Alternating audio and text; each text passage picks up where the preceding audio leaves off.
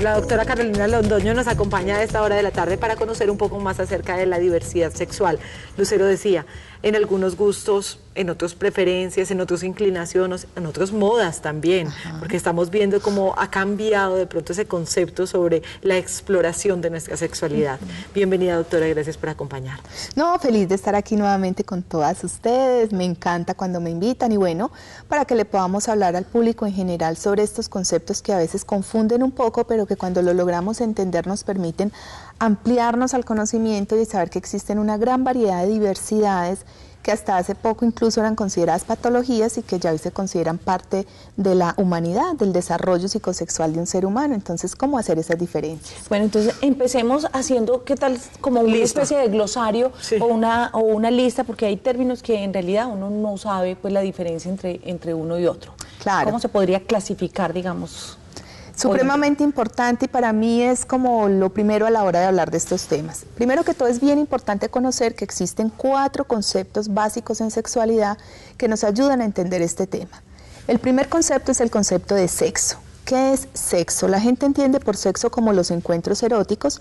Cuando por lo menos en este programa hablemos de sexo, nos vamos a referir a las características físicas que nos diferencian como hombres y como mujeres. Como género. No, ese es el género. El sexo sería el pene, la vagina, los órganos sexuales, el útero, la próstata. Ese es el sexo de una persona, hombre o mujer. Perfecto. Luego viene el concepto de género. El género es lo que la sociedad dice que debemos hacer en función del sexo al que pertenecemos. Entonces lo decimos en términos de femenino y masculino. El tercer concepto fundamental y que se relaciona con este tema es el de identidad, que es un concepto ya psicológico. Yo, ¿cómo me siento? ¿Me siento un hombre o me siento una mujer? En general las personas dicen, no, pues es que si yo tengo pene y me comporto como hombre, me debería de sentir hombre. Y que si yo tengo vulva y me comporto como mujer, me debería de sentir mujer. Pero eso no es cierto. Hay muchas personas, y les digo que la estadística es bastante grande, 1 de cada 11.000 mujeres y 1 de cada 13.000 hombres no lo son. O sea, ¿no? en casos en que la identidad es diferente al género. Y no es concordante, como algunos autores lo dicen, no es concordante el sexo, el género y la identidad. Muy bien. Y el cuarto concepto es preferencia genérica. ¿A mí qué me atraen? ¿Me atraen los hombres? ¿Me atraen las mujeres o me atraen los hombres y las mujeres? Estoy como confuso. Entonces, uno diferenciando esos 4 conceptos puede empezar a ubicarse en el tema. Habrán situaciones relacionadas con el sexo, habrán situaciones relacionadas con el género, cómo me comporto, habrá situaciones relacionadas con cómo me siento, que son las disforias de género. Se llaman disforias. Disforias de género, y habrá situaciones relacionadas con la preferencia genérica, que sería heterosexual, bisexual u homosexual. Empecemos entonces. Listo. Empecemos primero con esa parte que es hasta donde todavía no se nos ha complicado tanto. Heterosexual, homosexual, bisexual. Heterosexuales. Entonces ese es un tema relacionado con preferencia genérica. Yo les hago mucho énfasis porque cuando me empiezan a revolver identidad con preferencias genéricas nos enredamos. Hablemos hoy de preferencias genéricas. La atracción que nos vincula hacia una persona es la preferencia genérica. En general hemos aprendido que esa atracción puede ser afectiva o puede ser erótica. La gente le tiene mucho miedo a las palabras homosexual o bisexual, pero la realidad es que si ustedes como mujeres se quieren como unas grandes amigas y su atracción es afectiva, esa es una relación homosexual, no erótica. Se quieren como mujeres. Y si un hombre tiene un gran amigo, esa es una relación homosexual, no erótica, se quieren como amigos. Pero si entra el componente erótico, sigue siendo homosexual, erótica.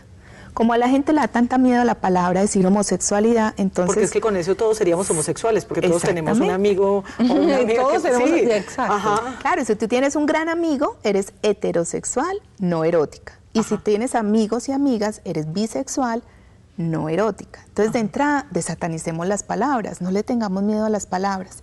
Si se mete el componente erótico, y erótico quiere decir que con esa persona me excito, tengo un encuentro sexual, logro orgasmar, entonces ya la preferencia o el gusto es de tipo erótica. Aquí estamos tratando el tema de las preferencias genéricas eróticas. Entonces es cuando un hombre se relaciona con otro con el ánimo de buscar excitación. Pero también está el componente afectivo, hay amor, hay deseo, hay preocupación por el otro ser. Entonces, anteriormente empezamos a buscar cuáles eran las causas del por qué un hombre podría erotizarse con otro o por qué una mujer podría erotizarse con una mujer. Y por mucho tiempo se hicieron investigaciones, chicas, ustedes no saben, ha sido uno de los temas que más se han investigado a lo largo de la historia de la humanidad. Se tachaban como enfermos incluso. Enfermos, perversos, desviados, indecisos, bueno. ¿Qué nos tocó hacer en medicina? Después de muchas investigaciones y después de muchos estudios, reconocer que no encontramos causas. O dicho en otras palabras, que las mismas causas de la heterosexualidad son las mismas de la homosexualidad. ¿Pero se nace o se hace? Se nace, se nace heterosexual. Ajá. Entonces, es lo mismo, o sea, casi que la conclusión fue, o encontramos las causas de la heterosexualidad, o de plano entendemos que las diversidades en las preferencias genéricas son parte de la esencia de un ser humano. Son inherentes a nuestro ser. Son inherentes. Dentro de esa diversidad, entonces uno empieza a ver, por ejemplo, voy a hablar, un hombre homosexual erótico. Ajá. Listo, a ver si voy aprendiendo. Exacto. Puede que tenga preferencia por otro hombre que sea muy masculino. Ajá. O por un hombre que sea marcadamente femenino. O empieza ya uno a ver, no, hay hombres homosexuales que mantienen, digamos, una fisonomía muy de hombre. Hay otros a los que ya asumen de pronto un rol más femenino. Hay otros que uno ve, entonces ya sí se visten de mujer. Hay unos que no solo se visten, sino que también se operan para transformarse. Ya cuando hablamos de eso, esto sería entonces en la tercera clasificación que tú nos decías, ¿cierto? ¿Cómo? Disforias. Esas disforias, ¿cuáles son? Bueno, ahí habrían dos temas. Uno, si yo soy un hombre que me enamoro de un hombre muy masculino o muy femenino, pero es hombre y se siente hombre, y yo le atraigo como hombre, eso ya no tiene que ver con la identidad, sino con el género. Ese hombre está representando o un género masculino o un género femenino, y a mí me atrae su forma de comportarse. Pero otra cosa muy distinta es si a mí me atrae una persona que se siente una mujer atrapada en el cuerpo de un hombre o un hombre atrapado en el cuerpo de una mujer. Que por lo general esas características se descubren a edades muy tempranas. Hay dos tipos. Hay personitas que desde muy chiquititas dicen, yo siempre me sentí, ese sí es el caso de las disforias de género. Antes quisiera hacer una aclaración, y es que la gente a veces se confunde con el término disforias. Disforias tampoco quiere decir patología. Aquí no se trata de patologizar los comportamientos sexuales. Disforia es estar a disgusto o no sentirse a gusto con el género que le fue asignado. Entonces tú que tienes vulva te tienes que comportar como mujer, pero esa persona no se siente a gusto con ese género. Es que incluso en Canadá hubo el caso de una niña que desde muy pequeña pues había nacido con sexo masculino, pero se sentía niña. Se sentía niña. Y las autoridades y los papás pues ayudaron a que él tuviera el cambio obviamente al sexo del cual se creía. Esas sí son las disforias de género. ¿Sí? Te estaba entonces respondiendo, pueden ser primarias cuando desde muy pequeñita la persona se siente que no está en el cuerpo que le corresponde. O secundaria cuando es una persona que empieza a darse el permiso de vivir una experiencia travesti, se viste a ratitos con el género cruzado, luego lo hace por las noches, luego lo hace todo el día, luego lo hace socialmente las 24 horas del día y finalmente decide operarse. Ese sería una persona con una disforia de género secundaria. Entonces no siempre es desde la niñez, pero sí pueden presentarse estas situaciones. Ahora, así como las preferencias se dividen en tres, heterosexual, bisexual, homosexual, las disforias se dividen en varias, travestis, transgénero y transexuales. ¿Qué tienen de distinto entre ellas tres?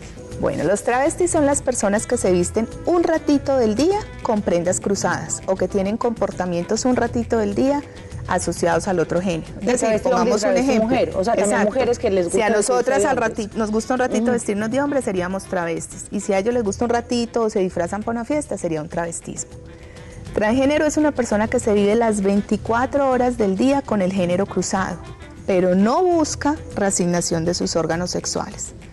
Ejemplo, un hombre que se vive como mujer las 24 horas del día, pero se siente a gusto con sus órganos sexuales. E incluso hay un caso acá en Colombia de es un biólogo, se llama Brigitte, que da conferencias y todo, que es casado y todo, que trabaja en la alcaldía de Bogotá, que escribe para varios periódicos. Es una persona que no está a disgusto con sus órganos sexuales, puede tener hijos, puede tener su pareja. Miren que la preferencia genérica puede ser homosexual, bisexual o heterosexual.